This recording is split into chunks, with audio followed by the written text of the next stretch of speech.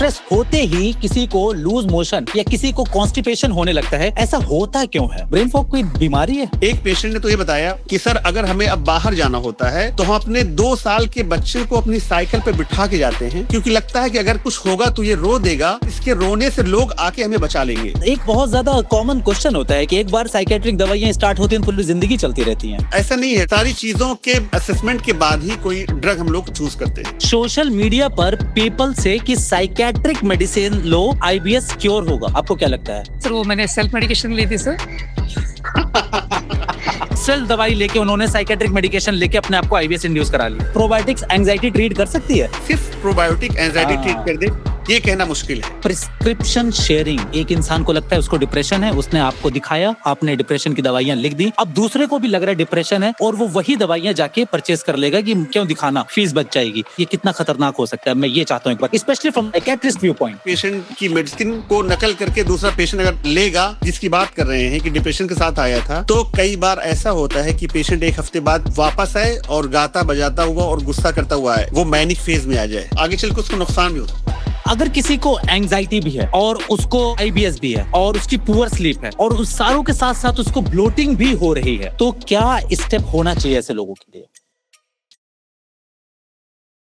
जब आप मेरी ये वीडियो देख रहे हो, आपके अंदर लगभग 38 ट्रिलियन माइक्रो ऑर्गेनिज्म रह रहे हैं और इंटरेस्टिंग बात ये है कि ये सिर्फ खाना डाइजेस्ट करने के लिए नहीं है, ये आपके इम्यून सिस्टम से बात करते हैं, आपके मेटाबॉलिज्म को इन्फ्लुएंस करते हैं और ब्रेन के साथ भी ये कंटिन्यूअसली कम्युनिकेट करते रहते हैं। अब जरा अपनी लाइफ के बारे में सोचिए। लेट्स से कभी स्ट्रेस होता है तो पेट खराब हो गया, इंपॉर्टेंट मीटिंग से पहले वॉशरूम भागना पड़ा, कभी बिना वजह ब्लोटिंग के साथ एंजाइटी फील हो रही है, या फिर कुछ दिन से ऐसा होता है जैसे कि ब्रेन फॉग हो रहा हो, मूड ऑफ रहता है और जब आप टेस्ट करवाते हो, रिपोर्टिंग करवाते हो तो सब कुछ नॉर्मल आता है। तो इससे पता क्या चलता है? इससे ये पता चलता है कि बॉडी के 2 पार्ट होते हैं, एक होता है जो आपके फंक्शनल चीजों के लिए रेस्पॉन्सिबल होता है, एक होता है जो आपके हार्डवेयर के लिए रेस्पॉन्सिबल होता है। हार्डवेयर जो इसको कहते हैं, लेट्स से जैसे आपका आईफोन खराब हुआ या फिर आपका मोबाइल फोन खराब हुआ तो वो मुझे दिख जाएगा कि ये कहां से टूटा है, कहां से खराब है। लेकिन सेम चीज अगर उसके सॉफ्टवेयर के अंदर प्रॉब्लम आई है तो वो मुझे बाहर से नहीं दिखेगी, वो अंदर से प्रॉब्लम है, स्ट्रक्चरल प्रॉब्लम नहीं है, फंक्शनल प्रॉब्लम। पिछले कुछ सालों में गट ब्रेन एक्सिस और गट ब्रेन इंटरैक्शन पे बहुत ज्यादा रिसर्चेस हुई हैं। हमें पता चला है कि ब्रेन और इंटेस्टाइन एक दूसरे से सिर्फ नर्व्स के थ्रू नहीं बल्कि इम्यून सिस्टम, हार्मोन और गट माइक्रोबायोम के थ्रू भी कम्युनिकेट करते हैं। अब देखो यहाँ पे मैं क्या हूँ, मैं एक एमबीबीएस हूँ, एमडी क्लिनिकल माइक्रोबायोलॉजी का रेसिडेंट हूँ। माइक्रोबायोम और गट हेल्थ मेरी फील्ड है, मेरा एरिया ऑफ इंटरेस्ट है। लेकिन जब बात है anxiety, depression, panic attack, OCD, ADHD या फिर साइकियाट्रिक डिसऑर्डर की, लेट्स से ये सारी टॉपिक्स ना उसके एक्सपर्ट से ही पूछनी चाहिए। और इसलिए आज हमारे साथ हैं doctor Azhar Mahmood Farooqui, MBBS MD psychiatry, professor of psychiatry, जिनके पास सालों का क्लिनिकल और टीचिंग और रिसर्च एक्सपीरियंस है। आज हम स्पेशली गट ब्रेन एक्सिस के बारे में बात करेंगे डॉक्टर अजहर से, साइंस के साथ, एविडेंस के साथ और सबसे इंपॉर्टेंट उन सवालों के साथ जो शायद आप भी काफी टाइम से पूछना चाहते हो। With that note I would like to welcome doctor Azhar now. Over to you sir. अगर आपको क्या लगा, आपने क्यों ज्वाइन किया आज हमें? ये बहुत ही इंपॉर्टेंट टॉपिक है डॉक्टर तारिम। गट और ब्रेन का ताल्लुक इसलिए बहुत इंपॉर्टेंट है क्योंकि हम लोग अपनी ओपीडी में, डे टू डे ओपीडी में देखते हैं कि जो भी पेशेंट आते हैं, ज्यादातर पेशेंटों में जो न्यूरोटिक होते हैं उनके अंदर जरूर कुछ न कुछ गट रिलेटेड प्रॉब्लम होती है। तो ये इस वक्त और जो पेशेंट बहुत कंफ्यूज होते हैं कि हमें कोई बीमारी पेट की है या मुझे जहनी इलाज कराना चाहिए, इस चीज में बहुत ज्यादा वो कंफ्यूज होते हैं और वो डॉक्टर्स की शॉपिंग भी करते हैं। तो हमें लगा कि अगर ये इस टॉपिक पे हम लोग बात करें तो बहुत से लोगों का फायदा हो सकता है और जानकारी ज्यादा बढ़ सकती है लोगों की। I think with that note sir, I would be very honest here. I am not a psychiatrist, लेकिन मैं यहाँ पे एज अ लर्नर हूँ, मैं आपसे सीखने के लिए ये अरेंज किया है मैंने भी। तो I think over the journey मुझे भी बहुत कुछ सीखने को मिलने वाला है। विद दैट नोट, सबसे पहले सबसे बेसिक सवाल मेरा होगा आपसे कि आजकल हर जगह गट ब्रेन एक्सिस सुनने को मिलता है, ये एक्चुअल में होता क्या है? हाँ, बहुत ही अच्छा सवाल है doctor Arim. Gut brain axis mainly एक कम्युनिकेशन नेटवर्क होता है जो कि 2 तरफा होता है, 2 वे। ये एक इस तरह का रास्ता है कि गट अपनी इंफॉर्मेशन ब्रेन को भेजता है और ब्रेन अपनी जो भी बातें हैं वो गट तक भेजता है। ये जो कम्युनिकेशन होता है वो मेनली न्यूरोनल होता है, हार्मोनल होता है, इम्यूनोलॉजिकल होता है और जो हमारे अंदर, जब ये आपने इंट्रोडक्शन बताया है कि हमारे गट में more than 30 trillion micro organism रहते हैं, जिसमें मेनली बैक्टीरिया होते हैं, वायरसेस होते हैं और फंगाई होते हैं। तो ये अपनी बातें ब्रेन तक इस तरह से पहुंचाते हैं, और ब्रेन जो है वो अपनी बातें जो है वैगस नर्व के थ्रू, हार्मोन में मेनली जो हार्मोन्स होते हैं वो कॉर्टिसोल है, जिसे हम लोग स्ट्रेस हार्मोन भी कहते हैं। इसीलिए स्ट्रेस की कंडीशन में हमारे अंदर गट के सिम्टम्स आते हैं। और उसके अलावा कुछ न्यूरोकेमिकल्स हैं, जैसे कैटेकोलामाइन्स हैं और गाबा है, ये सारे न्यूरोट्रांसमीटर भी इस कम्युनिकेशन में पार्टिसिपेट करते हैं। उसके अलावा जो हमारे माइक्रो बायोम हैं, उनकी लैंग्वेज ब्रेन भी समझता है, और अपने मेटाबोलाइट्स के थ्रू भी अपनी इंफॉर्मेशन ब्रेन तक पहुंचाते हैं। तो ये एक तरह का ये बाई डायरेक्शनल नेटवर्क है जो गट और ब्रेन के बीच में आपस में बातचीत कराता है। आई थिंक माइक्रोबायोलॉजी के पर्सपेक्टिव से अगर देखें तो हम जो फाइबर खाते हैं, जो खाना खाते हैं, वो हमारे लिए कम और हमारे गट के बैक्टीरिया के लिए ज्यादा फूड होता है। क्योंकि बिल्कुल। जब ये बैक्टीरिया उस फाइबर को फर्मेंट करते हैं तो कुछ शॉर्ट चेन फैटी एसिड जैसे ब्यूटरेट हो गया वो बनाते हैं, जो हमारे ओवरऑल हेल्थ के लिए, गट लाइनिंग के लिए स्पेसिफिकली बहुत ज्यादा हेल्पफुल होते हैं। अब इंटरेस्टिंग बात यहाँ पे ये है कि ये सिर्फ इंटेस्टाइन में नहीं रहते, ये गट बैरियर हो गया, इम्यून सिस्टम हो गया, वेगस नर्व हो गया, इसके थ्रू ब्रेन के सिग्नलिंग को इन्फ्लुएंस भी करते हैं। और पिछले 4-5 सालों में इस गट ब्रेन एक्सिस पर काफी ज्यादा स्ट्रॉन्ग मैकेनिस्टिक रिसर्च भी आई है, स्पेशली नेचर रिव्यूज अगर हम देखें, स्पेशली या फिर लेट्स से माइक्रोबायोलॉजिकल रिव्यूज अगर हम देखें तो वहां, या फिर लेट्स से कुछ साइकोलॉजिकल रिव्यूज भी अगर हम देखें तो वहां से हमें पता चलता है कि ये वाकई में गट ब्रेन एक्सिस को इन्फ्लुएंस करता है। इसका मतलब ये नहीं है कि हर एंजाइटी का रूट कॉज माइक्रोबायोम ही है, और हर माइक्रोबायोम के डिस्टर्बेंस से, हर डिसबायोसिस से एंजाइटी ही हो। Am I right, sir? बिल्कुल सही। क्योंकि जो माइक्रो ऑर्गेनिज्म, जो गट बैक्टीरिया है, वो दो तरह के हैं, कुछ अच्छे हैं, कुछ जो बैड हैं। जो अच्छे हैं, अच्छे केमिकल्स रिलीज करते हैं जो हमारे मूड को एलिवेट करते हैं। जो बैड माइक्रो ऑर्गेनिज्म है, उनके जो केमिकल्स, जो उनके मेटाबोलाइट्स होते हैं, वो न्यूरोटॉक्सिक मेटाबोलाइट वो प्रोड्यूस करते हैं और हमारे मूड को वो नेगेटिव करते हैं, हमारे नेगेटिव इमोशंस जनरेट करते हैं। तो सर, एंजाइटी पहले आती है या आईबीएस पहले होता है? अच्छा, हाँ, ये भी पेशेंट हम लोग के पास आते हैं। पेशेंट की हिस्ट्री लेने के बाद, जो भी इस तरह के पेशेंट की हिस्ट्री लेने के बाद पता चला है, और रिसर्चेस में ये आया है, देखा गया है कि 50% पेशेंट ऐसे होते हैं जिनको पहले एंजाइटी आती है।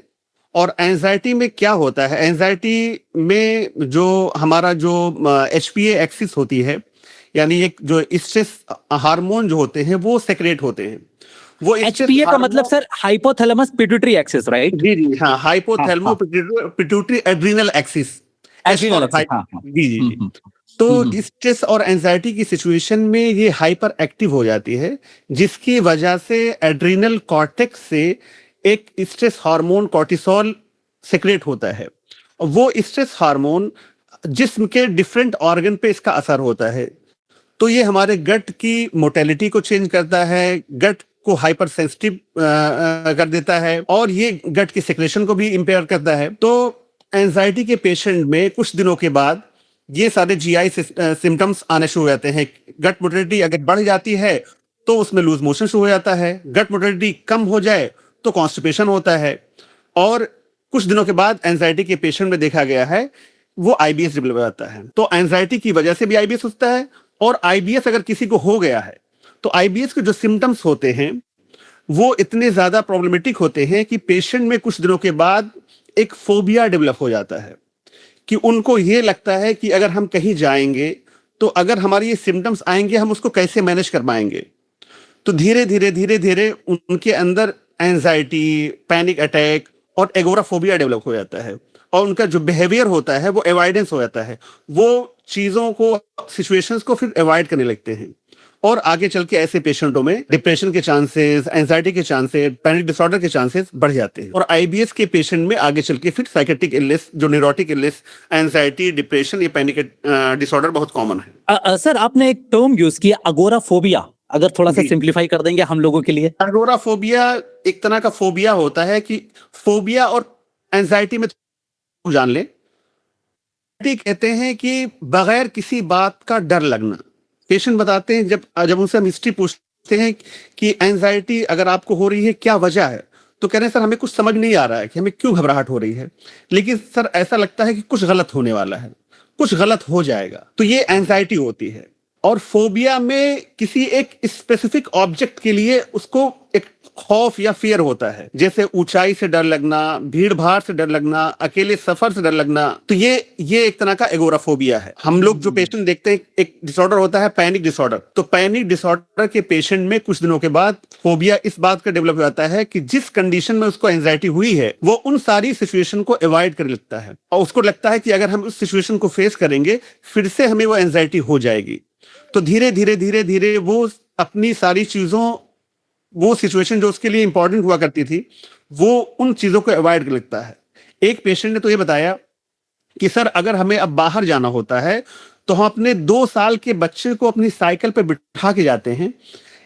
क्यों? क्योंकि लगता है कि अगर हम बाहर जाएंगे तो हमारे 2 साल का बच्चा जो है वो अगर कुछ होगा तो ये रो देगा और इसके रोने से लोग आके हमें बचा लेंगे। तो इतनी एंजाइटी हो जाती है कि वो इंसान अपनी डे टू डे एक्टिविटी को नहीं कर पाता है। तो ऐसे ही आईबीएस के पेशेंट में भी एक फोबिया डेवलप हो जाता है कि अगर हमें रास्ते में गया और वॉशरूम हमें हाजत हुई, जरूरत हुई, तो हम कैसे जाएंगे? अगर हमें पेन एब्डोमेन शुरू हो गया, क्रैम्प शुरू हो गया, तो वो हमें कैसे मैनेज होगा? तो धीरे धीरे वो इंसान, वो शख्स अब उन सिचुएशंस को अवॉइड करने लगता है जहां पे लगता है कि हमें आसानी से हेल्प नहीं मिल पाएगी। Boss, just to add one more layer here, there is a term called post-infectious IBS. क्या होता है कि लेट्स से किसी को फूड पॉइजनिंग हुई, फूड पॉइजनिंग के बाद उसको एंटीबायोटिक दे दी गई। एंटीबायोटिक तो बैक्टीरिया को मार देगा, लेकिन अब जो डिसबायोसिस क्रिएट हुई है और जो आपका गट सेंसिटिव हो गया है, जिसकी वजह से भी अब आपको एंजाइटी डेवलप होने के चांसेस बढ़ जाते हैं। तो this is called, I mean like, मैंने कहीं पे पढ़ा था पोस्ट इन्फेक्शियस आईबीएस के बारे में, तो मुझे लगा ऑडियंस के लिए थोड़ा सा ऐड कर दिया जाए। बिल्कुल बिल्कुल। अभी हम लोग बात भी किए थे कि जो माइक्रो ऑर्गेनिज्म है, जो माइक्रोबायोम की अगर इम्बैलेंस हो जाए, हमारा जो गुड बैक्टीरिया अगर कम हो जाए और बैड बढ़ जाए, तो जो इनके मेटाबोलाइट्स का भी इम्बैलेंस हो जाता है। जो टॉक्सिन्स ज्यादा हो जाए और वो जो न्यूरो इन्फ्लेमेशन को कम करते हैं वो कम हो जाए, तो हमें वो न्यूरो इन्फ्लेमेशन की वजह से हमारे ब्रेन को ऐसी इन्फॉर्मेशन जाती है कि कुछ खतरा होने वाला है। उसकी वजह से अभी जो हम लोग बात की है एचपी एक्सिस, उसका एक्टिवेशन हो जाता है और फिर ऐसे पेशेंट में एंजाइटी, डिप्रेशन, ये सारी चीजें डेवलप हो जाती हैं और फिर आगे चल के फिर उनको फिर एक विशियस साइकिल में वो पेशेंट फंस जाता है। बॉस, आई थिंक कि यहाँ पे ना बहुत ज्यादा ओवर क्लेम्ड कुछ टर्म है। लेट्स से ब्रीदिंग एक्सरसाइज हो गई या योगा हो गया। I agree to a certain extent. मैं ये मानता हूं कि अगर इंसान अर्ली स्टेज पे है या प्रिवेंटिव मेजर पे कर रहा है, बहुत सारी चीजें बचा सकता है। लेकिन अगर एक इंसान ऑलरेडी उस सिचुएशन में लैंड अप कर चुका है, डिपेंडिंग अपॉन द सीवियरिटी, तो वो अगर वो चाहे योगा से या फिर ब्रीदिंग एक्सरसाइज से कंट्रोल कर ले, आई डोंट थिंक वो पॉसिबल होगा। What do you think about it? आपको क्या लगता है? जो सबसे देखिए जानना ये जरूरी है कि अगर एंजाइटी, डिप्रेशन, कोई भी न्यूरोटिक इलनेस अगर वो माइल्डर है, उसके सिम्टम्स इतने सीवियर नहीं है, तो उनको इस तरह की थेरेपी से बेनिफिट होता है। लेकिन अगर सिम्टम्स की सीवियरिटी ज्यादा है, मॉडरेट टू सीवियर है, तो उस वक्त मेडिकेशन बहुत इंपॉर्टेंट रोल अदा करती है और ट्रीटमेंट ऑफ चॉइस ही होता है, साइकोथेरेपी और फार्माकोथेरेपी और प्लस ये जो भी और भी चीजें हैं, ये और मतलब इसको बेनिफिट और देती हैं। लेकिन अगर सीवियरिटी ज्यादा है तो सिर्फ हम योगा या इन सब चीजों से चांसेस उतने ज्यादा बेहतर नहीं है ठीक होने के, जितना सारे कॉम्बिनेशन से है। मुझे तो लगता है कि चांसेस है ही नहीं। I am a big fan of yoga. मैं बहुत ज्यादा प्रमोट करता हूं योगा हो गया, ब्रीदिंग हो गया, जहां पे गट ब्रेन एक्सिस को इंसान शांत कर सकता है। लेकिन that totally depends on the severity कि आपकी एंजाइटी या डिप्रेशन किस लेवल पे है। Mild, moderate, severe. अगर सीवियर है तो वहां पे इंटरवेंशन की जरूरत पड़ेगी। अगर इंसान इंटरवेंशन नहीं लेता है तो आपको क्या लगता है फिर वो और सीवियर, मतलब फिर वो कहां पे लैंड अप कर सकता है? जस्ट फॉर अवेयरनेस, जो लोग एक शॉर्टकट के जरिए सोचते हैं दवाइयां खाएंगे तो दवाइयों पे डिपेंड हो जाएंगे, स्पेशली साइकेट्रिक पेशेंट में मैंने ये बहुत सुना है कि अगर मैंने अभी मैंने लाइव किया था, 4 दिन पहले लाइव किया था, वहां पे एक पेशेंट था, उसको पीवीडी, पेल्विक फ्लोर डिसएनर्जिया डेवलप था। तो आई थिंक मैं उसके लिए राइट पर्सन नहीं था। मैंने सीधे मना किया कि I am not the right person, go and see a gastroenterologist. अब वहां पे उसने कहा कि मेरे गैस्ट्रो ने बायोफीडबैक थेरेपी दी और वो फेल हो गया। और मैंने जब उससे पूछा कि क्यों फेल हुआ, तो उसने कहा कि तुम्हारी एंजाइटी इतनी सीवियर है कि आपका गट आपके ब्रेन को रिस्पॉन्स नहीं दे पा रहा है। फिर मैंने कहा कि आपको साइकेट्रिस्ट इवैल्यूएशन करवाना चाहिए। तो वो बंदा कहता है कि सर मैं साइकेट्रिक की दवाइयां नहीं खाना चाहता। अब यहाँ पे मैं चाहता हूं हर लोगों के दिमाग में थोड़ा सा क्लियर कंसेप्ट बैठे कि अगर नहीं खाएंगे तो क्या होगा, या मेडिकल इवैल्यूएशन नहीं करवाते हैं तो वर्स्ट के सिनेरियो कहां तक वो जा सकते हैं। देखिए, साइकेट्रिक इलनेस का जो एक एटियोलॉजी जानना बहुत जरूरी है कि जो साइकेट्रिक इलनेस की जो वजह होती है, वो अभी जो हम लोग फॉलो करते हैं वो है बायो साइको सोशल मॉडल।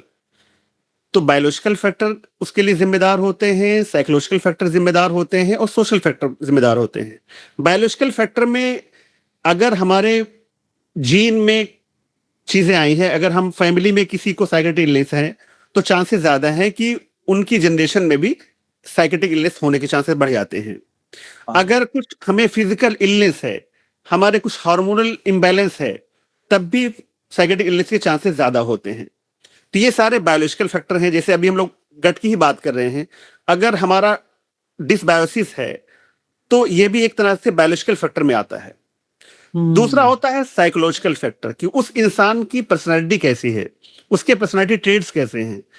अगर कोई किसी इंसान की पर्सनालिटी ट्रेड्स ज्यादा नेगेटिव होंगे तो वो सिचुएशन को नेगेटिवली परसीव ज्यादा करता है, तो ऐसे लोगों को साइकेट्रिक इलनेस के होने के चांसेस ज्यादा होते हैं। तीसरा फैक्टर होता है social factor, environment, social and environmental factor, कि बाहर की चीजें अगर कोई उस पर्सन को उसके सामने परेशानी पैदा करती हैं कि वो किस जगह रहता है, उसकी फैमिली का एनवायरनमेंट क्या है, जहां पे काम करता है वहां का माहौल क्या है, जिस जगह रहता है वहां पे कैसा है, तो ये सारी चीजें भी, कोई रिलेशनशिप प्रॉब्लम तो नहीं है, तो ये सारे ये सोशल एंड एनवायरमेंटल फैक्टर हैं। तो सिर्फ कोई एक रीजन साइकेट्रिक इलनेस का नहीं होता है। तो इसी बेसिस पे ही हम लोग ट्रीटमेंट डिसाइड करते हैं। तो on the basis of ideology and उसकी सीवियरिटी, अगर सीवियरिटी ज्यादा है और अगर ट्रीटमेंट नहीं लिया जाता है तो आगे चल के उसके जैसे डिप्रेशन एक इलनेस है, डिप्रेशन में 15% लोग suicide कर लेते हैं। तो सीवियरिटी को ना बढ़ने दिया जाए, उससे पहले हम उसको सही डायग्नोसिस करके अगर ट्रीटमेंट किया जाए तो चांसेस बेहतर होते हैं कि उसको जल्दी आराम मिल जाएगा, उसका ट्रीटमेंट एक बेहतर रहेगा। Boss, is this a real number? 15% लोग, अप टू 15% लोग सुसाइड करते हैं भाई। I think that is one of the reason कि वजह यही होती है कि डिप्रेशन में एक कॉग्निटिव ट्रायड होता है, होपलेसनेस, हेल्पलेसनेस, वर्थलेसनेस। जो डिप्रेशन के पेशेंट होते हैं उनको ऐसा लगता है कि हमारा फ्यूचर बिल्कुल बेकार है, अब हम कुछ भी नहीं कर पाएंगे, और हेल्पलेसनेस, अब हमारी कोई मदद भी नहीं कर पाएगा। वर्थलेसनेस, हम तो अपने घर वालों पे बोझ हो गए हैं, हमें तो इससे अच्छा भगवान या अल्लाह उठा ले, हम अब किसी काबिल नहीं हैं। तो ये जो कॉग्निटिव ट्रायड होता है, होपलेसनेस, हेल्पलेसनेस, वर्थलेसनेस, जिसकी वजह से वो पेशेंट आगे चल के वो ये कदम उठाता है, उसको लगता है कि हमारा ना ही बेहतर है हमारे लिए भी और हमारी फैमिली के लिए भी और सोसाइटी के लिए भी, कि उसको लगता है कि हम जब किसी काम के ही नहीं हैं तो हम क्यों इस दुनिया में रहें, बोझ बन के क्यों रहें। आई डोंट नो, मतलब मुझे अंदाजा भी नहीं था कि इतना सीवियरिटी पे ये जा सकता है और इस लेवल पे पेशेंट एक्शन ले सकता है। बिल्कुल ऐसा होता है। आई थिंक ये ना सोशल मीडिया पे बहुत ज्यादा ये सारी चीजें चल रही हैं। इस मतलब एक इंसान लेट से सीवियर है तो उसको लोग कहते हैं कि ये गाइडेड मतलब मेडिटेशन और ये सारी चीजें करो, तो वो उसमें और ज्यादा टाइम वेस्ट करता रहता है, मुझे ऐसा लगता है। नहीं, मेडिटेशन का रोल है, जिसे बताया ना कि फार्माकोथेरेपी है, साइकोथेरेपी है, वैसे ही ये डीप ब्रीथिंग एक्सरसाइजेज हैं, मेडिटेशन है, ये हमें एक तरह की रिलैक्सेशन एक्सरसाइजेज हैं जो एंजाइटी को या हमारी एचपी जो कॉर्टिसोल का लेवल कम करती हैं, हमारे वेगस नर्व को स्टिमुलेट करती हैं, तो एक तरह से हेल्प करती है ट्रीटमेंट में। इंटीग्रेटेड अप्रोच होना चाहिए ना, सारा कुछ एक साथ होना चाहिए। फिर एक आइसोलेटेड चीजों को लेके अगर आप अगर बहुत सीवियर है और एक आइसोलेटेड चीज को पकड़ते हो तो आई डोंट थिंक ज्यादा इफेक्टिव होगा वो। हाँ, उतना इफेक्टिव नहीं होगा, है ना।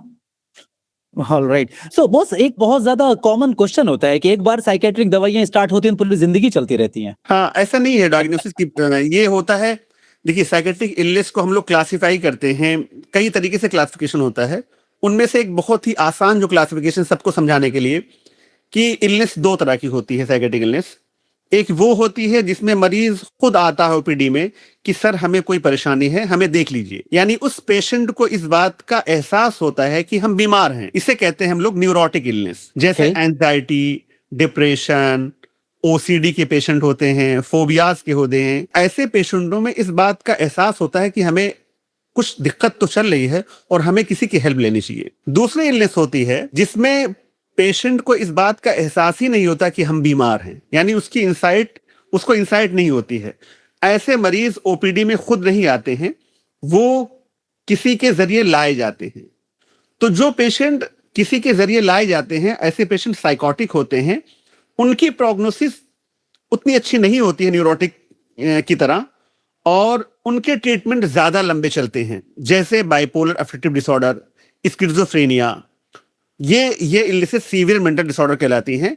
इनका ट्रीटमेंट लंबे वक्त तक चलता है। लेकिन डिप्रेशन है, एंजाइटी है, फोबियाज हैं, इनका ट्रीटमेंट जिंदगी भर नहीं चलता है।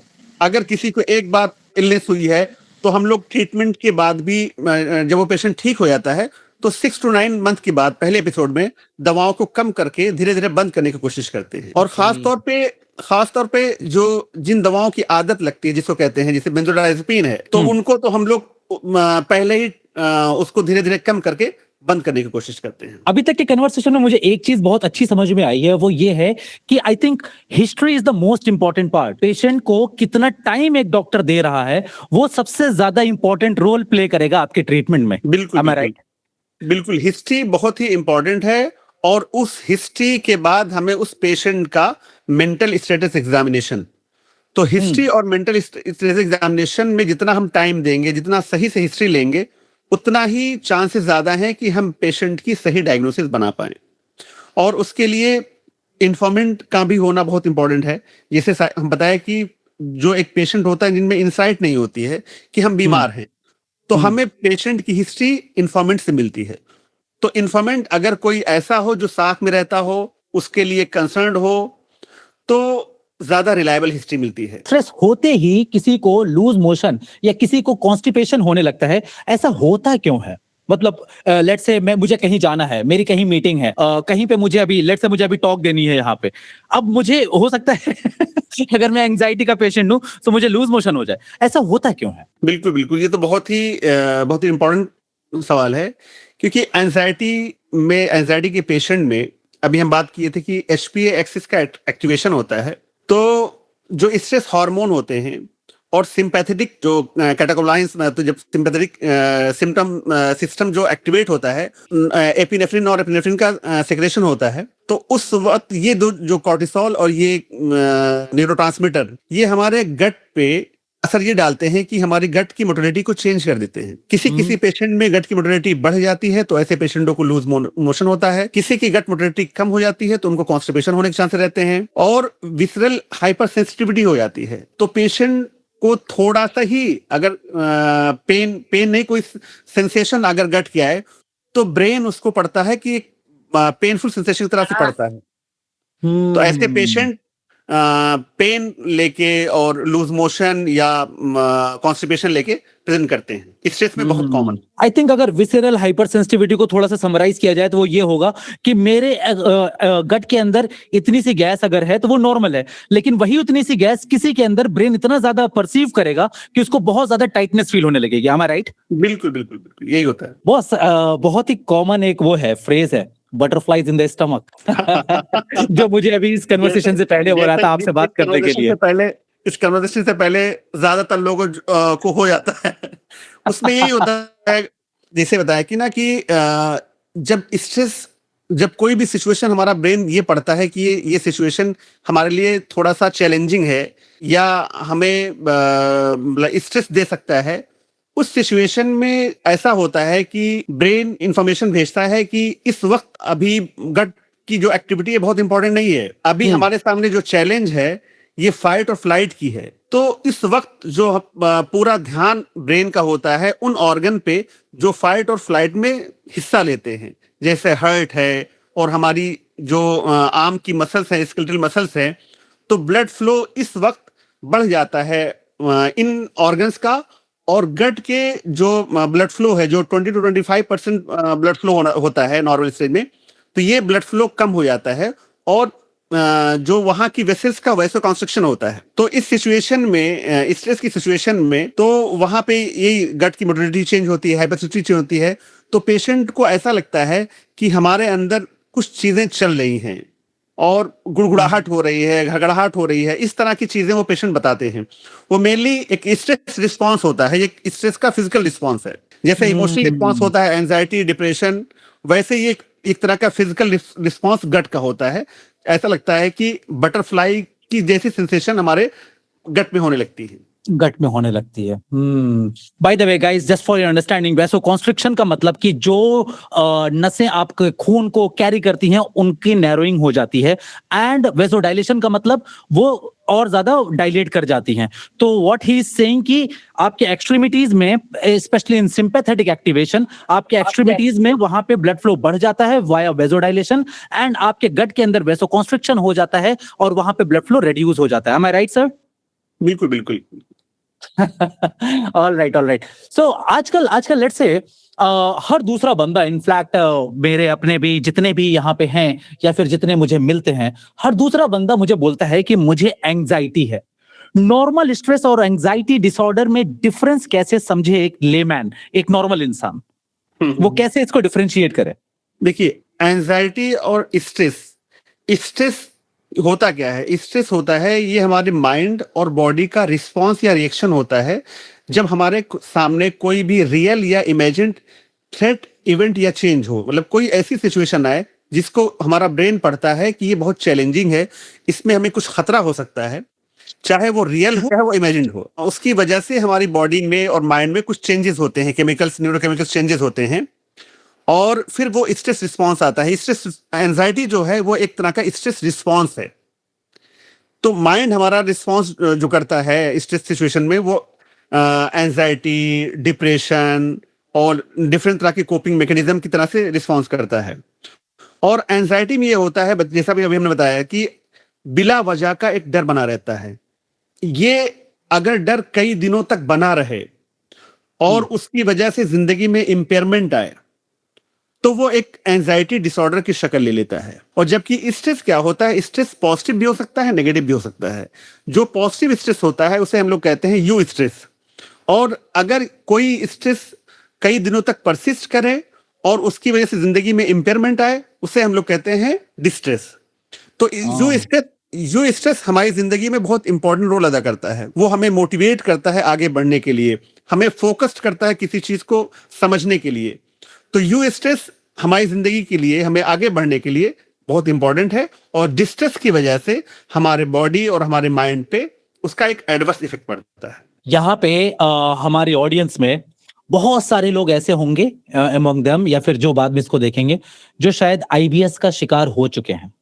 मतलब उनको ऑलरेडी आईबीएस बोल दिया गया है। अब मैं आपसे इतना ये समझना चाहता हूं कि ऐसे लोगों में एंजाइटी इतनी कॉमन क्यों हो जाती है? हाँ, अभी जैसे हम लोग अभी पिछले एक सवाल आया था कि आईबीएस के पेशेंट में जो एक गट सिम्टम्स होते हैं कि उनको कॉन्स्टिपेशन हो रहा है, कभी लूज मोशन हो रहा है, कभी उनके पेट में दर्द हो रहा है, कभी गड़गड़ाहट हो रही है। तो इन सिम्टम्स को लेके धीरे धीरे उनके अंदर एक तरह तरह का एक डर पैदा शुरू हो जाता है। फिर उनको लगता है कि ये बीमारी जो हो रही है कुछ ऐसी तो नहीं, कुछ और बड़ी बीमारी बन जाए। तो उसकी वजह से हमारा जो एक ब्रेन जो है, एक उसको नेगेटिव इंफॉर्मेशन एक पहुंचती है, एक थ्रेट जैसी इंफॉर्मेशन पहुंचती है कि कुछ तो खतरा होने वाला है। और फिर ये चीज फिर धीरे धीरे आगे चल के फिर वो एंजाइटी की शक्ल और डिप्रेशन की शक्ल ले लेती है। और फिर अब जब एंजाइटी और डिप्रेशन होता है तो उसकी वजह से उसके आईबीएस के सिम्टम्स और बढ़ जाते हैं। इसीलिए पेशेंट जो है वो कभी गैस्ट्रो में जाएगा, कभी वो साइकियाट्रिक ओपीडी में आएगा। मुझे लगता है यहाँ पे अगर एक मैं माइक्रोबायोम के एंगल से बताऊं तो वहां पे भी एक थोड़ी सा इंटरेस्टिंग पॉइंट है, क्योंकि जब किसी पेशेंट को बार बार ब्लोटिंग पेन या फिर कॉन्स्टिपेशन होता है ना, तो वो नेचुरली बहुत सारे फूड्स भी अवॉइड करना शुरू कर देता है। धीरे धीरे जब उसका फाइबर कम होता जाता है, प्लांट डाइवर्सिटी कम होती जाती है और उसका सोशल गैदरिंग, लेट्स से इस तरह के फूड्स को वो अवॉइड करने लगता है, तो ये सिर्फ क्वालिटी ऑफ लाइफ को इफेक्ट नहीं करता है, लॉन्ग टर्म में माइक्रोबायोम भी चेंज होने लगते हैं, क्योंकि उसने ऑटोमेटिकली अपने फाइबर को कम कर दिया। फिर गट और ब्रेन ये दोनों के बीच में एक विशेष साइकिल बन जाती है। साइकिल अब दिन पे दिन ये अपने खाने को और ज्यादा लिमिटेड करता जाता है, जिसकी वजह से ये प्रॉब्लम और ज्यादा एग्रीवेट करने लगती है ओवर द टाइम। बिल्कुल तो बिल्कुल। आई थिंक ये बहुत ही ब्यूटीफुल एस्पेक्ट है कि एक इंसान अगर लेट्स से उसको आईबीएस ऑलरेडी डायग्नोज्ड है, तो उसको सेल्फ रिस्ट्रिक्शन या फिर लिमिटेशन ऑफ फूड के ऊपर खाली फोकस नहीं करना चाहिए, उसको ये फोकस करना चाहिए कि हमें डाइवर्सिटी कैसे बिल्ड करनी है with a strategy. I think because otherwise long run में वो प्रैक्टिकल सॉल्यूशन है ही नहीं, just avoiding all the foods. क्योंकि आईबीएस का एक बहुत कॉमन फूड है बॉस, फूड मैप, जो अवॉइड करते हैं क्योंकि वो हाईली फर्मेंटेबल होता है, तो जिसकी वजह से सेंसिटिविटी और बढ़ जाती है। खैर एनी विच वेज ये तो टॉपिक ही दूसरा है, but I guess again microbiome की बात आती है, तो क्या गट माइक्रोबायोम हमारे मूड को भी अफेक्ट कर सकता है? What's your take on that? नहीं, बिल्कुल बिल्कुल। गट बायोम अभी जिसे हम लोग बात किए कि हमारे जो मूड को बेहतर बनाते हैं या मूड को जो नेगेटिव इमोशंस डेवलप करते हैं, उसके लिए बहुत इंपॉर्टेंट रोल अदा करते हैं हमारे न्यूरोट्रांसमीटर्स। जैसे एंजाइटी डिप्रेशन में सेरोटोनिन है, डोपामीन है और गाबा अमाइनो ब्यूटारिक एसिड है। ये ज्यादातर इसका जो सिंथेसिस होती है वो हमारे गट में होती है। ओके। और यही हमारे जो गट बैक्टीरिया, जो अच्छे गट बैक्टीरिया हैं, वो इन सब चीजों को सिंथेसाइज करते हैं। अगर ये गट बैक्टीरिया, अगर हमारे जो अच्छे गट बैक्टीरिया कम हो जाएंगे तो इनकी सिंथेसिस कम हो जाएगी, और जो बैड गट बैक्टीरियाज हैं उनके जो केमिकल्स होते हैं वो कुछ ऐसे न्यूरोटॉक्सिन्स को सिंथेसाइज करते हैं जो हमारे ब्रेन को नेगेटिव इंफॉर्मेशन देते हैं और न्यूरोटॉक्सिन्स की तरह काम करते हैं, और फिर उसकी वजह से फिर एंजाइटी और डिप्रेशन हो सकता है। आई थिंक आजकल सोशल मीडिया पर ऐसा लगता है ना जैसे माइक्रोबायोम ही हर एंजाइटी और डिप्रेशन का रूट कॉज बता देते हैं, लेकिन ऑनेस्टली बताऊं तो साइंस इतनी सिंपल है नहीं। मतलब एमबीबीएस लेवल पे ही अगर हम बात करें तो वहीं पे हमें समझ में आ जाता है कि भाई चीजें बहुत ज्यादा कॉम्प्लेक्स हैं। अभी रिसेंटली मैं कुछ एनिमल स्टडीज देख रहा था, उसमें माइक्रोबायोम और बिहेवियर का कनेक्शन काफी स्ट्रांग दिखा है, लेकिन ह्यूमन स्टडीज भी अभी मतलब प्रॉमिसिंग है, लेकिन उतनी स्ट्रांग अभी नहीं है। तो इमर्जिंग डेटा तो ये कहते हैं कि हाँ कनेक्शन बहुत ज्यादा वेल डेवलप्ड है। जैसे आपने बताया ब्यूटरिक एसिड, लेट्स से अकरमेंस या म्यूसिनोफाइला हो गया, वो बहुत ज्यादा इंपॉर्टेंट रोल प्ले करता है यहाँ पे। बट देन अगेन सारी चीजों को तो नहीं कह सकते हैं कि हर चीज गट माइक्रोबायोम से ही लिंक्ड है। एम आई राइट? जी जी, गट बायो एक बहुत बहुत इंपॉर्टेंट रोल अदा करता है, लेकिन और भी कई वजह हैं जिसकी वजह से ये एंजाइटी डिप्रेशन होते हैं। जैसे अभी हम लोग बात किए थे कि बायो साइको सोशल मॉडल, तो ये एक बायोलॉजिकल फैक्टर है। गट बायोम एक बायोलॉजिकल फैक्टर है की वजह से ये सारी इलनेसेस हो सकती है, लेकिन उसके लिए और भी जो साइकोलॉजिकल फैक्टर, सोशल फैक्टर, वो भी बहुत इंपॉर्टेंट रोल अदा करते हैं। थोड़ा सा कुछ लाइट थ्रो करेंगे ऑन प्रोबायोटिक्स। लेट्स से बहुत सारे लोग ऐसा क्लेम करते हैं, मैं एक माइक्रोबायोलॉजिस्ट हूं लेकिन मैं एविडेंस बेस्ड प्रैक्टिस पे बहुत ज्यादा यकीन करता हूं, तो क्या लगता है आपको प्रोबायोटिक्स एंजाइटी ट्रीट कर सकती है? एंजाइटी के ट्रीटमेंट में एक रोल हो सकता है, लेकिन सिर्फ प्रोबायोटिक एंजाइटी ट्रीट कर दे ये कहना मुश्किल है। ये कहना मुश्किल नहीं, आई थिंक इम्पॉसिबल है, बिकॉज एंजाइटी ऑलरेडी अगर डेवलप हो चुकी है तो ट्रीटमेंट का पार्ट नहीं हो सकता, प्रिवेंटिव का पार्ट हो सकता है। हाँ, नामुमकिन आप कह सकते हैं क्योंकि आपकी वो फील्ड है। लेकिन ये है कि लेकिन जी बताएं। सिर्फ और सिर्फ प्रोबायोटिक्स से एंजाइटी और डिप्रेशन ठीक करना ये बहुत ही मुश्किल है। क्योंकि क्लिनिकल ट्रायल्स हैं, थोड़े से वो प्रॉमिसिंग भी हैं, लेकिन अभी इतने स्ट्रांग नहीं है कि हम उसको थेरेपी या मेडिसिन की जगह यूज कर सकें प्रोबायोटिक को। सो आई थिंक ये थोड़ा सा ओवर क्लेमिंग हो जाएगा। What I strongly believe is ये सारी चीजें प्रिवेंटिव मेजर पे ज्यादा बेहतर रोल प्ले करती हैं। जब एक बार चीजें डेवलप हो जाएं तो आई थिंक उसके लिए राइट अप्रोच चाहिए कि जैसे जैसे स्पेशलिटी एमबीबीएस के बाद डिवाइड होती है, that is for a reason. आपने सर्जरी छोड़ के आपने साइकेट्री करी है because that was your passion. मैं लोगों को बताना भूल गया कि ही डिड सर्जरी इन जब इन्होंने अपना करियर स्टार्ट किया था। बहुत सर्जरी क्यों छोड़ दी थी? थोड़ा सा आउट ऑफ द टॉपिक पूछना चाहूंगा। नहीं, सर्जरी हमारी शुरू से ही था। देखिए, मेडिकल में दो माइंड होते हैं, एक मेडिकल माइंड होता है, सर्जिकल माइंड होता है। तो सर्जरी हमारी ख्वाहिश नहीं थी लेने की, लेकिन फर्स्ट काउंसलिंग में मुझे, जैसे मेरी 3 ब्रांचेस बहुत मतलब पसंद थी, मेडिसिन, पीडिया और साइकेट्री। तो किसी वजह से मेडिसिन, पीडिया नहीं मिली तो साइकेट्री भी नहीं मिली फर्स्ट काउंसलिंग में। तो हमें सर्जरी उठाना पड़ा। तो फिर जब सेकंड काउंसलिंग में हमें केजीएमसी में साइकेट्री मिली तो मैं फौरन सर्जरी छोड़ के अपनी साइकेट्री उठा लिया। आपने केजीएमसी से साइकेट्री करी है? जी जी जी। केजीएमसी लखनऊ? जी जी, मैंने केजीएमसी से एमबीबीएस भी किया, वहीं से एमडी साइकेट्री भी किया। Amazing, amazing. By the way, boss, just to tell the people कि psychiatry is more demanding than medicine and pedia.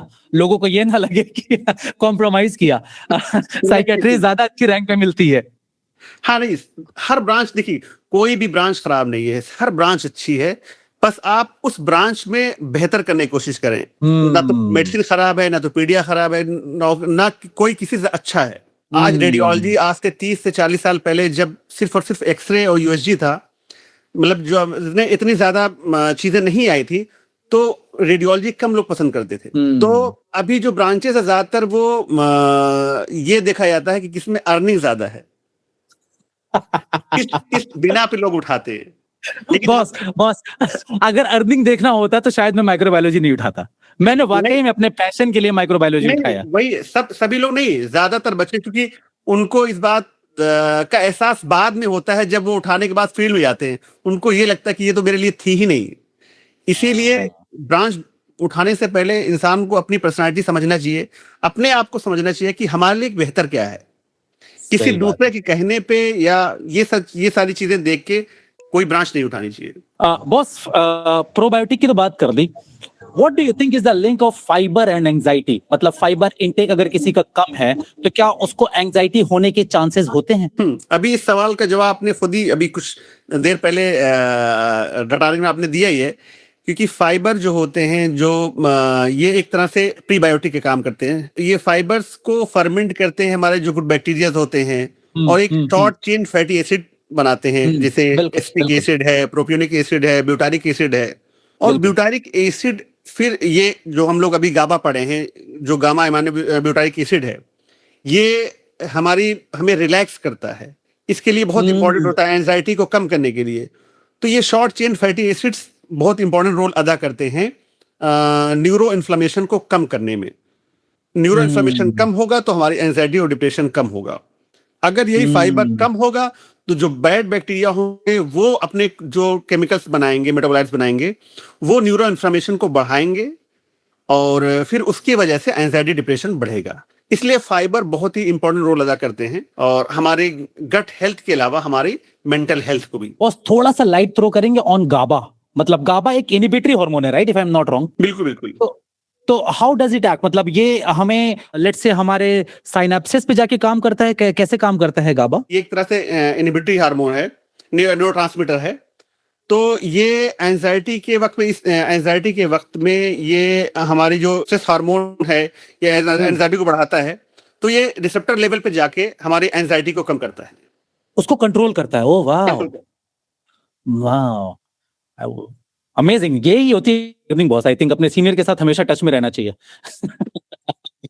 By the way boss, poor sleep और एंजाइटी का क्या लिंक है? या फिर पुअर स्लीप और एंजाइटी और माइक्रोबायोम के एस्पेक्ट से अगर मैं पूछूं तो क्या लिंक है? क्या पुअर स्लीप एंजाइटी ट्रिगर कर सकती है? हाँ, देखिए, स्लीप सही नहीं है तब भी सारी साइकेट्रिक इलनेसेस होने के चांसेस होते हैं, और एंजाइटी और डिप्रेशन में स्लीप पुअर हो भी जाती है। अगर स्लीप डिप्रिवेशन रहेगा, कई दिनों तक रहता है, तो स्लीप एक तरह से प्रोटेक्शन करता है हमारी बॉडी को। अगर स्लीप डिस्टर्ब होगी तो कुछ दिनों के बाद वो हमारे गट पे, हमारे ब्रेन पे असर डालते हैं, और फिर हमारे कुछ दिनों के बाद एंजाइटी, डिप्रेशन होने के चांसेस बढ़ जाते हैं।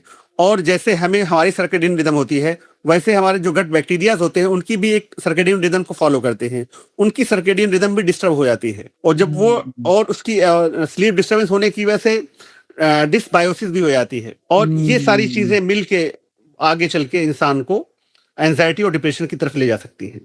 तो स्लीप बहुत ही इंपॉर्टेंट रोल अदा करती है। आई थिंक अगर मैं थोड़ा सा ऐड करूं तो poor sleep causes stress causes chronic low grade inflammation, and that inflammation will show in all over the body. Am I right? बिल्कुल बिल्कुल। ब्यूटीफुल।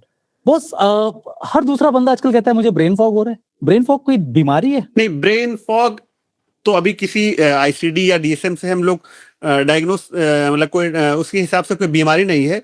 ये एक तरह का कॉग्निटिव डिसफंक्शन है कि पेशेंट यही लेके आता है कि सर हमें कोई चीज याद नहीं हो रही है, चीजों को हम भूल जा रहे हैं, और दिमाग में कोई चीज बैठ नहीं रही है, हमें कोई चीज क्लियर नहीं हो रही है, हम वो हर चीज उसके प्रोसेसिंग में दिक्कत आ जाती है। होता क्या है कि उसके जो जो हमारा प्रीफ्रंटल कॉर्टेक्स होता है, प्रीफ्रंटल कॉर्टेक्स में खास तौर पर डॉर्सोलेटर प्रीफ्रंटल कॉर्टेक्स, ये हमारे एग्जीक्यूटिव फंक्शन के लिए जिम्मेदार होता है। तो अगर कोई कई दिनों तक सोया नहीं है, या एंजाइटी, कई दिनों तक उसको एंजाइटी है, डिप्रेशन है, ये सारी चीजें, या बहुत ज्यादा थकान है, तो ये सारी चीजें कुछ न्यूरो इन्फॉर्मेशन करती हैं। उसकी वजह से जो हमारा एग्जीक्यूटिव फंक्शन होता है वो इम्पेयर्ड हो जाता है। उसकी वजह से ये सारे सिम्टम्स आते हैं जिसे हम लोग ब्रेन फॉग कहते हैं। बॉस, आजकल मैं मतलब आई थिंक ऑडियंस में से एक क्वेश्चन आया है कि सोशल मीडिया पर पीपल से कि साइकेट्रिक मेडिसिन लो, आईबीएस क्योर होगा। आपको क्या लगता है, साइकेट्रिक मेडिसिन अलोन से आईबीएस क्योर हो जाएगा? नहीं नहीं, साइकेट्रिक मेडिकेशन होती है वो एक तरह से न्यूरो मॉड्यूलेटर की तरह यूज होती है। तो जो आईबीएस के साथ अगर कोई साइकेट्रिक कोमोर्बिडिटी है, डिप्रेशन या एंजाइटी, तो हम उसको ट्रीट करते हैं। या आईबीएस के अंदर जो सिम्टम्स इसके कॉन्स्टिपेशन है, या लूज मोशन है, या पेन है, इनके लिए भी हम लोग low dose anti depression use करते हैं। तो वो एज ए एंटी डिप्रेशन नहीं काम करती, वो एज ए न्यूरो मॉड्यूलेटर काम करती है। जैसे ट्राईसाइक्लिक एंटी डिप्रेसेंट है। अगर किसी को कॉन्स्टिपेशन हो रहा है तो उसमें हम टीसीए नहीं देंगे, उस वक्त हम देंगे एसएसआरआई। अगर किसी को लूज मोशन हो रहा है तब उस वक्त हम देंगे ट्राईसाइक्लिक एंटी डिप्रेसेंट, क्योंकि टीसीए का साइड इफेक्ट होता है कॉन्स्टिपेशन, तो उसके साइड इफेक्ट को हम यूज करते हैं। और अगर किसी को पेन के सिम्टम्स आ रहे हैं, तो जो पेन के सेंसेशन को कम करने के लिए, चाहे वो स्पाइनल लेवल हो चाहे वो सेंट्रल लेवल हो, तो हम लोग एसएनआरआई को यूज करते हैं। इसमें ये आपकी आती हैं, ड्यूलॉक्सिटीन है, डेस्वेलाफेक्सिन है, ये सारी मेडिकेशन जो होती हैं, ये 3 ग्रुप ज्यादातर यूज होते हैं आईबीएस के पेशेंट में। लेकिन वो एज ए वो एंटी डिप्रेसेंट डोज पे नहीं यूज होते हैं, वो लो डोज में यूज होते हैं। आई थिंक बॉस, आपकी फैमिली, आपके पेशेंट वेट कर रहे हैं। ये मेरा लास्ट क्वेश्चन होगा आपके लिए। अगर किसी को एंजाइटी भी है ना, और उसको लेट्स से आईबीएस भी है, और उसकी पुअर स्लीप है, और उस सारों के साथ साथ उसको ब्लोटिंग भी हो रही है, तो क्या स्टेप होना चाहिए ऐसे लोगों के लिए, मतलब इन टर्म्स ऑफ थेरेपी? सबसे पहले हम लोग को तो एक पेशेंट की डिटेल हिस्ट्री लेनी पड़ेगी कि उसका आईबीएस प्राइमरी है या सेकेंडरी है, कि वो एंजाइटी की वजह से आईबीएस हुआ है या आईबीएस की वजह से उसको एंजाइटी या डिप्रेशन हुआ है। तो अगर जो चीज पहले शुरू हुई है और जो ज्यादा इंपेयरमेंट पैदा करती है, अगर हम आईबीएस उसको एंजाइटी की वजह से हुआ है तो हम सबसे पहले उसी को ट्रीट करेंगे। अगर आईबीएस की वजह से एंजाइटी हुई तो हम लोग आईबीएस को ट्रीट करेंगे, साथ ही साथ हम एंजाइटी को भी ट्रीट करेंगे। तो दोनों, अगर हम डिटेल हिस्ट्री लें और उसका मेंटल एग्जामिनेशन करें, तो हमें चीजें ज्यादा क्लियर होंगी कि क्या ज्यादा इंपेयरिंग है और कौन से सिम्टम्स पहले आए हैं, कौन सी इलनेस पहले आई है। प्राइमरी इलनेस को पहले ट्रीट करना चाहिए, और उसकी वजह से देखा जाता है कि सेकेंडरी भी उसमें भी फायदा होता है। I think like you mention ना, प्राइमरी इलनेस पता करना भी तो एक आर्ट है कि हो क्यों रहा है वो। That will come from the history. इसीलिए हिस्ट्री बहुत इंपॉर्टेंट है। जैसे अभी हम लोग के पास पेशेंट आता है, हिस्ट्री देता है कि सर मन बहुत उदास है, रोने का मन कहता है, घबराहट हो रही है, और अब लगता है कुछ कर नहीं पाएंगे, और ये 2 हफ्ते से ज्यादा है। तो इसकी बहुत आसान डायग्नोस डिप्रेशन है। और अगर हम सही से हिस्ट्री नहीं लिए हैं और इसी डिप्रेशन की डायग्नोसिस के बिना पे हम उसको फॉरेन ट्रीटमेंट एंटी डिप्रेशन का दे दिए, तो कई बार ऐसा होता है कि पेशेंट 1 हफ्ते बाद वापस आए और गाता बजाता हुआ और गुस्सा करता हुआ आए, वो मैनिक फेज में आ जाए। क्यों? क्योंकि हमने हिस्ट्री सही से नहीं ली थी। पास्ट हिस्ट्री अगर कभी भी किसी पेशेंट में मैनिक की है, मैनिया एक बीमारी होती है, उल्टा डिप्रेशन के उल्टे सिम्टम्स होते हैं। सर सिंपलीफाई कर देंगे, मैनिया क्या है लोगों के लिए? मैनिया एक मूड डिसऑर्डर है। जैसे डिप्रेशन एक मूड डिसऑर्डर है, वैसे मैनिया भी एक मूड डिसऑर्डर है। लेकिन मैनिया का पेशेंट जो होता है वो ज्यादा बोलता है, गुस्सा करता है, बड़ी बड़ी बातें करता है, बहुत ज्यादा रेकलेस स्पेंडिंग यानी फिजूल खर्ची करता है, उसकी सेक्सुअलिटी बढ़ जाती है, उसकी सोशियबिलिटी बढ़ जाती है, वो सामाजिक हो जाता है, बहुत रिलीजियस हो जाता है, बहुत मजहबी हो जाता है। पहले सोशबिलिटी बढ़ती है, कुछ दिनों बाद सोशल इनहिबिशन का लॉस हो जाता है। वो हो सकता है आके चैम्बर में हमें ही उल्टा सीधा कहने लगे। तो अगर ये सारे सिम्टम्स किसी पेशेंट में 1 हफ्ते से ज्यादा हो तो हम कहते हैं उस पेशेंट को मैनिया है। एक अगर हफ्ते से ज्यादा? हाँ, 1 हफ्ते से ज्यादा हो। ओके। अगर हम उस पेशेंट में जब जिसकी बात कर रहे हैं कि डिप्रेशन के साथ आया था, अगर हमने उसकी हिस्ट्री सही से नहीं ली, ये नहीं पता कि उसको मैनिया था, तो एंटी डिप्रेसेंट सिर्फ दे के उसके मैनिक सिम्टम्स फिर से वापस आ सकते हैं। तो कभी भी अगर हिस्ट्री मैनिया की आई है तो उसको हम सिर्फ डिप्रेशन नहीं कहेंगे। ऐसे पेशेंट को कहते हैं हम लोग बाइपोलर अफेक्टिव डिसऑर्डर। 2 पोल, एक पोल मैनिया के, दूसरे डिप्रेशन के। तो ऐसे पेशेंटों में डिप्रेशन के साथ भी अगर आया है तो सिर्फ और सिर्फ एंटी डिप्रेशन नहीं देते हैं, साथ में कोई ना कोई मूड स्टेबलाइजर देते हैं। तो इतनी इंपॉर्टेंट है history. When you say mood stabiliser, lithium, am I right? I don't know. Lithium है, सोडियम वेलप्रोएट है, डाइवलपेक्स सोडियम है, कमजोपिन है, ओलेंजापिन है, मतलब ढेर सारी मूड स्टेबलाइजर। कुछ एंटीसाइकोटिक्स होते हैं, कुछ एंटी एपिलेप्टिक ड्रग्स होती हैं, और खासतौर पे और प्लस ये लिथियम होते हैं। तो ये सारे मूड स्टेबलाइजर होते हैं। तो इनके साथ ही कभी एंटीडिप्रेसेंट देना ही बेहतर रहता है। सर, आई थिंक मेरा वो लास्ट क्वेश्चन था, लेकिन मैं एक चीज खाली चाहूंगा यहाँ पे आप हाईलाइट कर दें। प्रिस्क्रिप्शन शेयरिंग, लेट से एक इंसान को लगता है उसको डिप्रेशन है, उसने आपको दिखाया, आपने डिप्रेशन की दवाइयां लिख दी, अब दूसरे को भी लग रहा है डिप्रेशन है और वो वही दवाइयां जाके परचेज कर लेगा कि क्यों दिखाना, फीस बच जाएगी। What do you think this? ये कितना खतरनाक हो सकता है? मैं ये चाहता हूं एक बार, specially from psychiatrist view point. बिल्कुल। देखिए, अभी हम जैसे बताया कि इलनेस के जो एटियोलॉजी होती है, biological factor, psychological factor, social factor. एक तो एटियोलॉजी के बेसिस पे हम लोग ट्रीटमेंट लिखते हैं। जो पेशेंट ले गया है हमसे मेडिसिन, वो हो सकता है उसकी एटियोलॉजी कुछ दूसरी हो, और जो उसका प्रिस्क्रिप्शन देख के दवा ले जा रहा है, हो सकता है उसकी एटियोलॉजी कुछ दूसरी हो। एक तो एटियोलॉजी है, दूसरी होती है उसकी फिजियोलॉजी, उस पेशेंट की फिजियोलॉजी क्या है। हमने एक पेशेंट में आया जो कि डायबिटिक है और ओबीज है, तो हम ऐसी एंटीडिप्रेसेंट नहीं देंगे जो उसकी ओबेसिटी को बढ़ाए, उसके डायबिटीज को नुकसान पहुंचाए। पर्सन करे। जी। दूसरा पेशेंट जो बहुत ही थिन है, पतला दुबला है, यंग एज का है, तो उसके अलग दवा होगी। कोई फीमेल आई है, चाइल्ड बियरिंग एज की है, उसकी एंटीडिप्रेसेंट अलग होगी। तो ये डिपेंड करता है उसकी एटियोलॉजी, उस पेशेंट की फिजियोलॉजी, उसकी फिजिकल कोमोर्बिडिटी और उसकी साइकेट्रिक कोमोर्बिडिटी, उसकी पर्सनैलिटी। तो ट्रीटमेंट सिर्फ और सिर्फ किसी एक चीज को देख के नहीं दिया जाता, उसकी ओवरऑल जो उसका हम लोग असेसमेंट करते हैं, उस पेशेंट की फिजिकलिटी, उसकी इमोशनैलिटी, है ना, सारी चीजों के असेसमेंट के बाद ही कोई ड्रग हम लोग चूज करते हैं। वाओ। इसीलिए कभी भी किसी एक पेशेंट की मेडिसिन को नकल करके दूसरा पेशेंट अगर लेगा तो हो सकता है वक्ती फायदा हो जाए, बाई चांस दोनों चीज की प्रोफाइल मिलती हो, लेकिन अगर मिलती नहीं होगी तो आगे चल के उसको नुकसान भी हो सकता है। सर, हम सिर्फ आपका 5 से 7 मिनट और लेंगे, थोड़े से 2-4 क्वेश्चन लेंगे फ्रॉम द पीपल। ये बहुत लवली लोग हैं एंड ये लोग ना बहुत मतलब बहुत ही सीधे लोग हैं और बहुत ही पढ़े लिखे लोग हैं।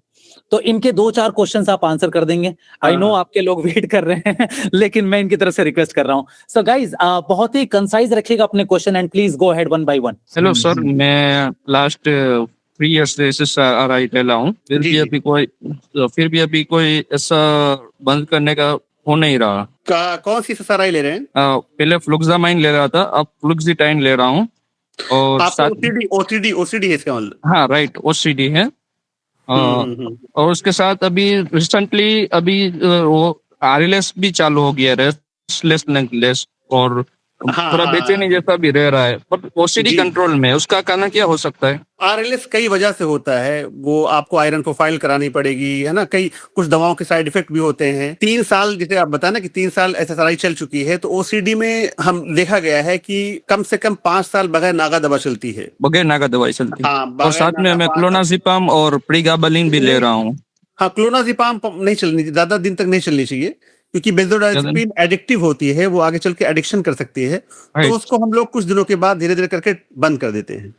SSRI को लंबे वक्त तक लिया जाता है और तो उसको लेना पड़ेगा आपको। और साथ में अगर कहीं CBT करा पाए, और OCD में ट्रीटमेंट ऑफ चॉइस होता है SSRI और plus CBT, cognitive behavioural therapy. तो जो आपके ऑब्सेशन होंगे उन ऑब्सेशन पे काम किया जाएगा। ठीक है, थैंक यू सर। सर, जो मेरे हस्बैंड हैं हाँ जी, तो उनको भी यही प्रॉब्लम है कि जैसे वो बाहर जाते हैं ना, तो उनको जैसे गाड़ी में गए हैं वो, तो उनको गाड़ी में अकेले नहीं जा सकते, वो ट्रैवल नहीं कर सकते अकेले, और एक मतलब कि एंजाइटी हो जाएगी, बीपी हाई हो जाएगा, हॉस्पिटल चाहिए नियर बाय। जैसे कि अगर हमें फॉर एग्जांपल हमें देहरादून जाना है, तो देहरादून के रास्ते में कितने हॉस्पिटल पड़ेंगे, तो वो पहले देख लेते हैं कि इतने हॉस्पिटल पड़ेंगे, यहाँ स्टॉप है, तो फिर मैं मतलब कि इतना सेफ रहेंगे। अगर जो फॉर एग्जाम्पल कहीं पे हॉस्पिटल नहीं हुआ हाईवे पे, तो फिर वो एंजाइटी मतलब कि बेचैनी होने लगती है, घबराहट होने लगती है। हाँ, तो उनको कभी ना कभी पैनिक अटैक आया होगा, एंजाइटी के सीवियर एपिसोड हुए होंगे। हाँ जी, ऐसे हुआ था, दिल्ली में थे ना, तो उनको ना एकदम से बीपी शूट हुआ था, जी, 190 और 100 हो गया था नीचे का, और तो उसमें उन्हें लगा कि एंजाइटी हो रही है, और हॉस्पिटल पास में था ही नहीं, जी, जी, जी, जी। और एच पाइलरी भी है उनको। अच्छा, अच्छा, अच्छा, जी। हाँ जी। तो पैनिक अटैक में बताया ना, पैनिक डिसऑर्डर में आगे चल के एगोराफोबिया हो जाता है। जो अभी सर को हो रहा है वो एगोराफोबिया है कि उनको अब एक खौफ बैठ गया है कि अगर हम कहीं जाएंगे हाँ तो रास्ते में अगर कोई हेल्प नहीं मिल पाई तो फिर हमें हमारा जान का नुकसान हो सकता है ना। तो अब इसमें क्या होता है कि एक जो फियर कंडीशनिंग डेवलप हो गई है, सर को फियर कंडीशनिंग हो गई है, अब उस फियर को एक्सटेंशन करना पड़ेगा, फियर एक्सटेंशन। तो उसके लिए बहुत इंपॉर्टेंट है साइकोथेरेपी। दवा के साथ साथ, जो मेडिकेशन के साथ साथ साइकोथेरेपी बहुत अच्छा रोल अदा करती है। तो ये साइकोथेरेपी कौन दे सकता है, मतलब कि? साइकोथेरेपी हम लोग मेनली साइकोलॉजिस्ट से कराते हैं, जो क्लिनिकल साइकोलॉजिस्ट हो। अच्छा। हाँ, क्लिनिकल साइकोलॉजिस्ट से आप मिलिएगा, और उसके तो लिए ये सीबीटी कॉग्निटिव बिहेवियर थेरेपी वो तो कराना सही पड़ता है। सर, ये ठीक तो ठीक हो हो जाती जाता है है, ना ये बिल्कुल। कंडीशन जो है? बिल्कुल, बिल्कुल ठीक हो जाता है। हमारे एक पेशेंट थे, बहुत ही फ्रीक्वेंट फ्लायर थे, उनको दुबई से मुंबई जाना होता था, मुंबई से मतलब डिफरेंट बड़े-बड़े जो शहर से अपने इंडिया के वहाँ जाना होता था, हाँ दूसरे जी। कंट्री में जाना होता था, लेकिन उनको एंजाइटी हो गई थी फ्लाइंग से, कि उनको अच्छा। जहाज में बैठते वक़्त बहुत एंजाइटी होने लगती थी। अच्छा। वो छोड़ दिए थे, लेकिन उनका ट्रीटमेंट चला, उनका सीबीटी भी नहीं करना पड़ा, वो ट्रीटमेंट से ही फार्माकोथेरेपी से ही ठीक हो गए थे। तो हम लोग पीपीटी क्या होता है सर ये? सीबीटी होता है कॉग्निटिव बिहेवियर थेरेपी। तो कई बार हम लोग जो ब्रीफ साइकोथेरेपी करते हैं पेशेंट की ओपीडी में ही, तो फार्माकोथेरेपी और ब्रीफ जो साइकोथेरेपी करते हैं उससे भी पेशेंट में काफी बेनिफिट होता है। सर आप तो कहाँ पे, एड्रेस क्या है आपका? मैं लखनऊ में एक मेडिकल कॉलेज है, वहाँ प्रोफेसर हूँ, प्लस मेरी ओपीडी है विकास नगर लखनऊ में। बॉस ऑडियंस के इजीनेस के लिए आप ऑनलाइन कंसल्टेशन स्टार्ट कर सकते हैं, मेरी रिक्वेस्ट होगी आपसे। हाँ जी, हाँ जी। कोशिश करेंगे। तो कोई नंबर हमें प्रोवाइड कर दीजिएगा, जब आप वीडियो अपलोड करें तो आपका नंबर डाल देंगे उसमें। हाँ, मैं बता दूंगा आपको। आप मुझे अपना कांटेक्ट डिटेल, क्योंकि ये जितने लोग हैं, अगर ये एक एक करके क्वेश्चन पूछने लगे तो रात के 10 बज जाएंगे, यकीन करें।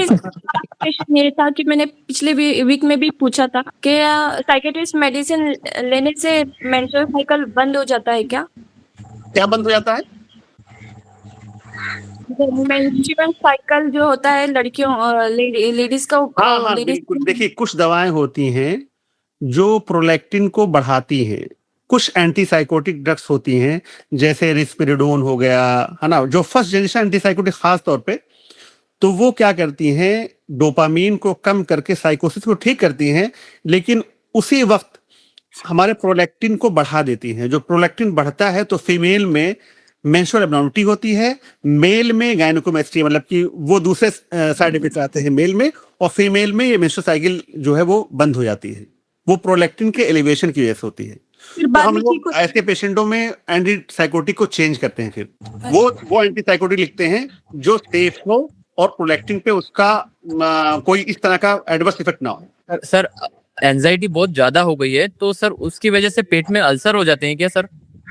स्ट्रेस अल्सर बहुत कॉमन है, कि स्ट्रेस की वजह से, बताया था ना, स्ट्रेस की वजह से वो जो कॉर्टिसोल होता है वो हमारी गट लाइनिंग को भी नुकसान पहुंचाता है, गैस्ट्रिक सिक्रेशन पे उसका असर होता है, गट मोटिलिटी भी होता है। तो देखा गया है कि अल्सर की एक वजह स्ट्रेस भी होता है। ओके सर, तो सर वो स्टोमक में ही होंगे या आंतों में भी हो सकते हैं सर, इंटेस्टाइन्स में? हाँ, वो तो ज्यादा बेहतर बताएंगे, गैस्ट्रोएंटरोलॉजिस्ट बताएंगे, लेकिन वो कहीं भी हो सकते हैं वो। I think just to highlight it, sir, like you very beautifully mentioned, vasoconstriction. जब excessive vasoconstriction होता है तो ब्लड सप्लाई कम होती है, जिसकी वजह से अल्सर इंड्यूस हो सकता है। जी बिल्कुल। आप लोगों की जितने भी अब सवाल हैं, तो मैंने भी एक वीडियो अपलोड करी है, वहां पे डाल दें, मैं सारे सवाल सर को फॉरवर्ड कर दूंगा, एंड आई विल एक्सपेक्ट कि ये जल्दी रिप्लाई कर दें, अगर थोड़ा सा सर टाइम मेरा लास्ट क्वेश्चन। साइकेट्रिक मेडिसिन लेने से गट माइक्रोब को हेल्प होते हैं, डिस्टर्ब होते हैं सर?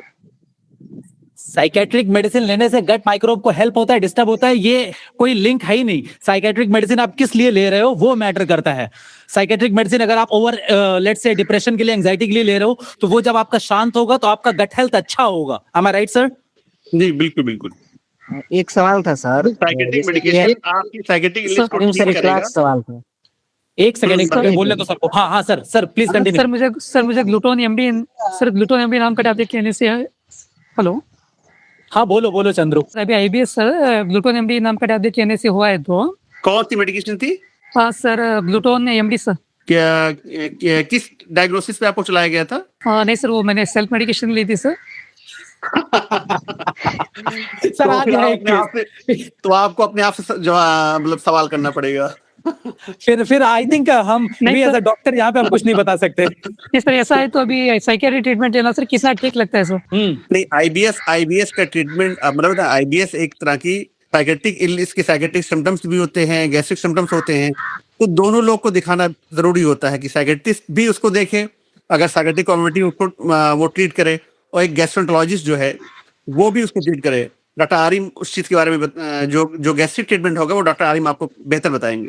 नहीं सर, उसके लिए हमारे पास एक और डॉक्टर साहब है, डॉक्टर जुबीन है, और सर भी प्लीज एक लास्ट वहाँ पे मैं भेज एक देता हूँ। लास्ट क्वेश्चन सर ले लीजिए सर, उससे तो बोलिए। आपके थ्रू आपके लिंक में जो भी गैस्ट्रोएंटरोलॉजिस्ट है, आपकी हाँ, टीम हाँ, जो है वो उसको ट्रीट करेगी। Please respect his time also, इनके पेशेंट वेट कर रहे हैं बाहर। सर एक सवाल सर, एक सवाल। तुबा प्लीज जी। Go ahead. हाँ सर मुझे ये पूछना है कि बहुत कॉमन क्वेश्चन है, जैसे जो आईबीएस पेशेंट होते हैं, जैसे मैं आईबीएस जिम हूँ तो सर मेरी साइकाइट्रिस्ट मेडिसिन भी चल रही है, पर जी। कॉमनली ये देखा है सर मैंने उसमें कि जैसे टीसीए पहले रिकमेंड की थी, तो सर कुछ टाइम लेने के बाद वो मतलब उसकी जो इफेक्टिवनेस थी वो वेयर ऑफ हो गई सर। अब फिर सर ने आईबी सेट चलाई थी रामासेट्रॉन, तो सर वो लेने के बाद सर उसकी इफेक्टिवनेस वेयर ऑफ हो गई, तो सर इसका मतलब ये आईबीएस ही है या फिर किसी और बीमारी की तरफ कोई और रूट कॉज है? नहीं, कौन से सिम्टम्स के लिए लिखा गया था आपको? सर मुझे लूज मोशंस और सर एंजाइटी के बाद वही स्ट्रेस के बाद लूज मोशन होते थे सर, और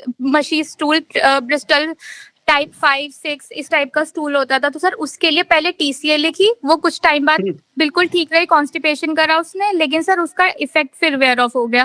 फिर आईबी सेट लिखी रामासेट्रॉन, सर उसके बाद फिर वेयर ऑफ हो गया उसका इफेक्टिवनेस, तो सर इससे क्या कंक्लूजन निकलेगा? मैं आपको एक बात बता दूं बॉस, ये एमबीबीएस है।